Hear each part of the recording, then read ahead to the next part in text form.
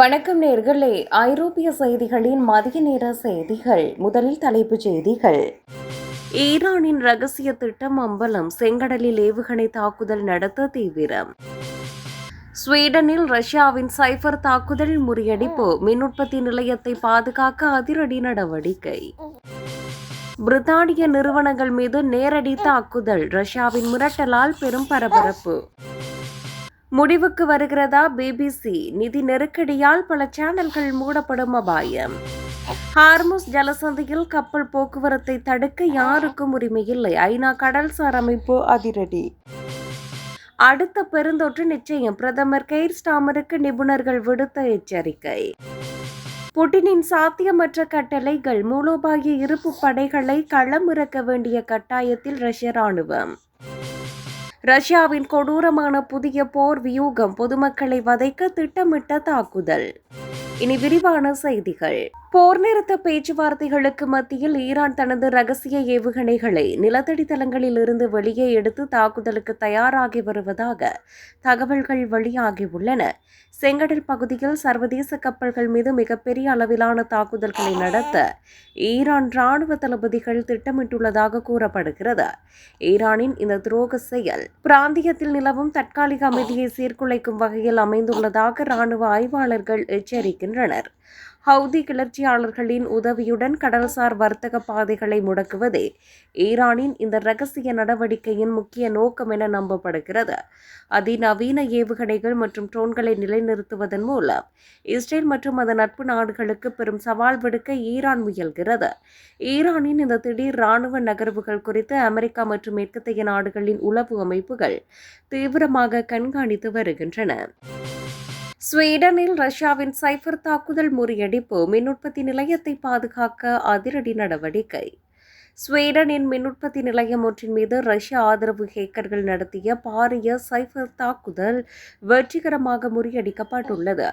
மேற்கு ஸ்வீடனில் உள்ள வெப்ப மின் உற்பத்தி நிலையத்தை இலக்கு வைத்து இந்த தாக்குதல் நடத்தப்பட்டதாக அந்நாட்டு அரசாங்கம் அதிகாரப்பூர்வமாக அறிவித்துள்ளது. ரஷ்ய உளவுத்துறையுடன் தொடர்புடைய குழுக்களே திட்டமிட்ட தாக்குதலின் பின்னணியில் இருப்பதாக ஸ்வீடன் பாதுகாப்பு சேவைகள் கண்டறிந்துள்ளன. அதிர்ஷ்டவசமாக மின் உற்பத்தி நிலையத்தின் பாதுகாப்பு அமைப்புகள் சரியாக செயல்பட்டதால் எந்தவிதமான சேதமோ அல்லது மின் தடையோ ஏற்படவில்லை. இது வெறும் தகவல் திருட்டு மட்டுமல்லாமல் நாட்டின் உள்கட்டமைப்பை சீர்குலைக்கும் ஒரு நாசவேலை என சிவில் பாதுகாப்புத்துறை அமைச்சர் கார்ல் ஆஸ்கார் போலின் எச்சரித்துள்ளார்.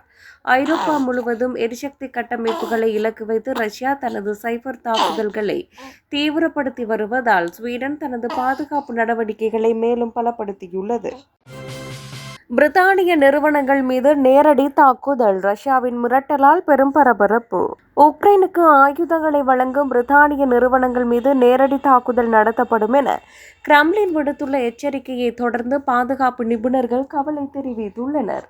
பிரித்தானியாவில் உள்ள 4 முக்கிய ஆயுத தயாரிப்பு நிறுவனங்களை குறிவைத்து ரஷ்யா தாக்குதல் நடத்தக்கூடும் என முன்னாள் ராணுவ ஆலோசகர் கர்னல் ரிச்சர்ட் கெம்ப் எச்சரித்துள்ளார். இந்த தாக்குதல்கள் நேரடியாக ரஷ்யாவால் நடத்தப்படாமல் அந்நாட்டுடன் தொடர்புடைய குற்றவியல் கும்பல்கள் மூலம் நாச வேலைகளாக அரங்கேற்றப்பட வாய்ப்புள்ளதாக கூறப்படுகிறது.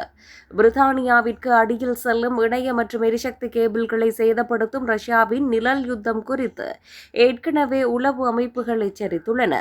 பிரித்தானியாவிற்குள் ரஷ்யாவின் தூங்கும் ஏஜெண்டுகள் ஊடுருவி இருக்க வாய்ப்புள்ளதாகவும் அவர்கள் இந்த நாச வேலைகளை திட்டமிடக்கூடும் என்றும் அஞ்சப்படுகிறது. உக்ரைன் மீது ரஷ்யா அண்மையில் நடத்திய மிகப்பெரிய வான்வழி தாக்குதல்களை தொடர்ந்து இந்த மிரட்டல்கள் பிரித்தானிய மக்களை அச்சுறுத்தும் நோக்கில் விடுக்கப்பட்டுள்ளதாக தெரிகிறது. முடிவுக்கு வருகிறதா பிபிசி? நிதி நெருக்கடியால் பல சேனல்கள் மூடப்படும் அபாயம். பிபிசி நிறுவனத்திற்கான லைசன்ஸ் கட்டண முறை அதன் இறுதி கட்டத்தை எட்டியுள்ளதாக நிறுவனத்தின் உள்வட்டார தகவல்கள் கவலையுடன் தெரிவித்துள்ளன.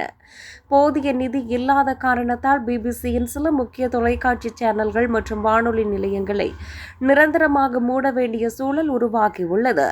நெட்ஃபிளிக்ஸ் மற்றும் யூடியூப் போன்ற டிஜிட்டல் தளங்களின் வளர்ச்சியால் மக்கள் கட்டணம் செலுத்தி பிபிசி பார்ப்பது பெருமளவு குறைந்துள்ளதாக கூறப்படுகிறது.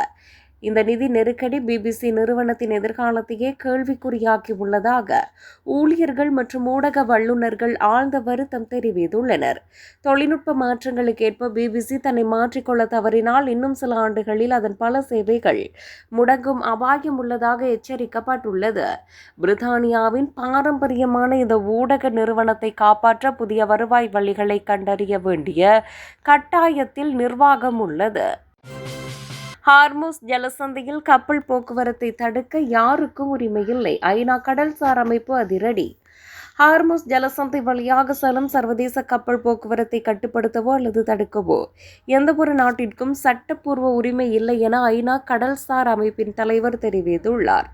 உலகளாவிய கச்சா எண்ணெய் விநியோகத்தில் மிக முக்கிய பங்கு வகிக்கும் இந்த கடல் பாதையில் ஈரான் அச்சுறுத்தல் விடுத்து வரும் நிலையில் இந்த அறிக்கை வெளியாகியுள்ளது.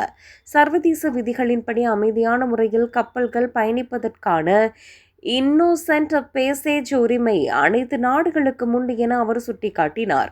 ஹார்முஸ் ஜலசந்தியில் ஏதேனும் இடையூறு ஏற்பட்டால் அது உலகளாவிய எரிசக்தி பாதுகாப்பு மற்றும் பொருளாதாரத்தில் மிகப்பெரிய பாதிப்பை ஏற்படுத்தும் என எச்சரிக்கப்பட்டுள்ளது. இந்த விவகாரத்தில் சர்வதேச கடல்சார் சட்டங்கள் மதிக்கப்பட வேண்டும் எனவும் மோதல்களை தவிர்த்து அமைதியான போக்குவரத்தை உறுதி செய்ய வேண்டும் என்றும் ஐநா வலியுறுத்தியுள்ளது. இப்பகுதியில் நிலவும் போர் பதற்றங்களுக்கு மத்தியில் கடல் வர்த்தக பாதைகளின் சுதந்திரத்தை பாதுகாப்பது உலக நாடுகளின் கூட்டு பொறுப்பு என இந்த அறிவிப்பு உறுதிப்படுத்துகிறது. அடுத்த பெருந்தொற்று நிச்சயம். பிரதமர் கெய்ர் ஸ்டாமருக்கு நிபுணர்கள் விடுத்த எச்சரிக்கை. எதிர்காலத்தில் கோவிட்-19 போன்ற மற்றொரு உலகளாவிய பெருந்தொற்று ஏற்படுவது தவிர்க்க முடியாதது என சுகாதார நிபுணர்கள் பிரித்தானிய பிரதமர் கெய்ர் ஸ்டாமருக்கு எச்சரிக்கை விடுத்துள்ளனர். புதிய நோய் தொற்றுக்களை எதிர்கொள்ள பிரித்தானியா இப்போதே முழுவீச்சில் தயாராக வேண்டும் என்றும் முந்தைய தவறுகளில் இருந்து பாடம் கற்க வேண்டும் எனவும் வலியுறுத்தப்பட்டுள்ளது. பெருந்தொற்று காலங்களில் நாட்டின் பொருளாதாரத்தையும் பொதுமக்களையும் பாதுகாக்க வலுவான சுகாதார கட்டமைப்பை உருவாக்குவது அவசியம் என நிபுணர்கள் சுட்டிக்காட்டியுள்ளனர்.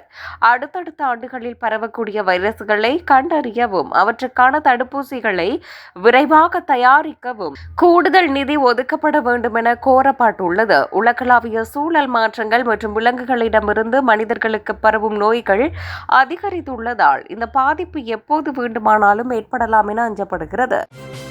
புட்டினின் சாத்தியமற்ற கட்டளைகள். மூலோபாய இருப்பு படைகளை களமிறக்க வேண்டிய கட்டாயத்தில் ரஷ்ய ராணுவம். உக்ரைன் போரில் விரைவான வெற்றியை பெற வேண்டும் என்ற அதிபர் புட்டினின் சாத்தியமற்ற கோரிக்கைகளால் ரஷ்ய ராணுவம் தனது கடைசி கட்ட இருப்புகளை பயன்படுத்த தொடங்கியுள்ளது. போர்க்களத்தில் ஏற்பட்டுள்ள பெரும் உயிரிழப்புகள் மற்றும் தளவாட இழப்புகளை ஈடுகட்ட பாதுகாப்பிற்காக வைக்கப்பட்டிருந்த முக்கிய படைகளை அனுப்ப வேண்டிய கட்டாயம் ஏற்பட்டுள்ளது. புட்டினின் பிடிவாதமான உத்தரவுகளால் போதுமான பயிற்சியோ அல்லது நவீன ஆயுதங்களோ இன்றி வீரர்கள் போரில் தள்ளப்படுவதாக இராணுவ ஆய்வாளர்கள் சுட்டிக்காட்டுகின்றனர். ரஷ்யாவின் கொடூரமான புதிய போர் வியூகம். பொதுமக்களை வதைக்க திட்டமிட்ட தாக்குதல். உக்ரைன் போரில் ரஷ்யா தற்போது ஒரு புதிய தந்திரோபாயத்தை பயன்படுத்தி வருவதாகவும் இது முழுக்க முழுக்க பொதுமக்களை துன்புறுத்துவதை நோக்கமாக கொண்டுள்ளதாகவும் தகவல்கள் வெளியாகி உள்ளன. மக்கள் அதிகம் வசிக்கும் பகுதிகள் மற்றும் அத்தியாவசிய உள்கட்டமைப்புகளை இலக்கு வைத்து ரஷ்யா தனது தாக்குதல்களை தீவிரப்படுத்தியுள்ளது. மின்சாரம், குடிநீர் மற்றும் வெப்பமூட்டும் அமைப்புகளை செயலிழக்க செய்வதன் மூலம் உக்ரைன் மக்களின் மன வலியை சிதைக்க ரஷ்யா முயல்கிறது. இந்த புதிய தாக்குதல் முறை சர்வதேச மனிதநேய விதிகளுக்கு எதிரானது என்றும் இது ஒரு திட்டமிட்ட போர்க்குற்றம் என்றும் நிபுணர்கள் குற்றம் சாட்டுகின்றனர்.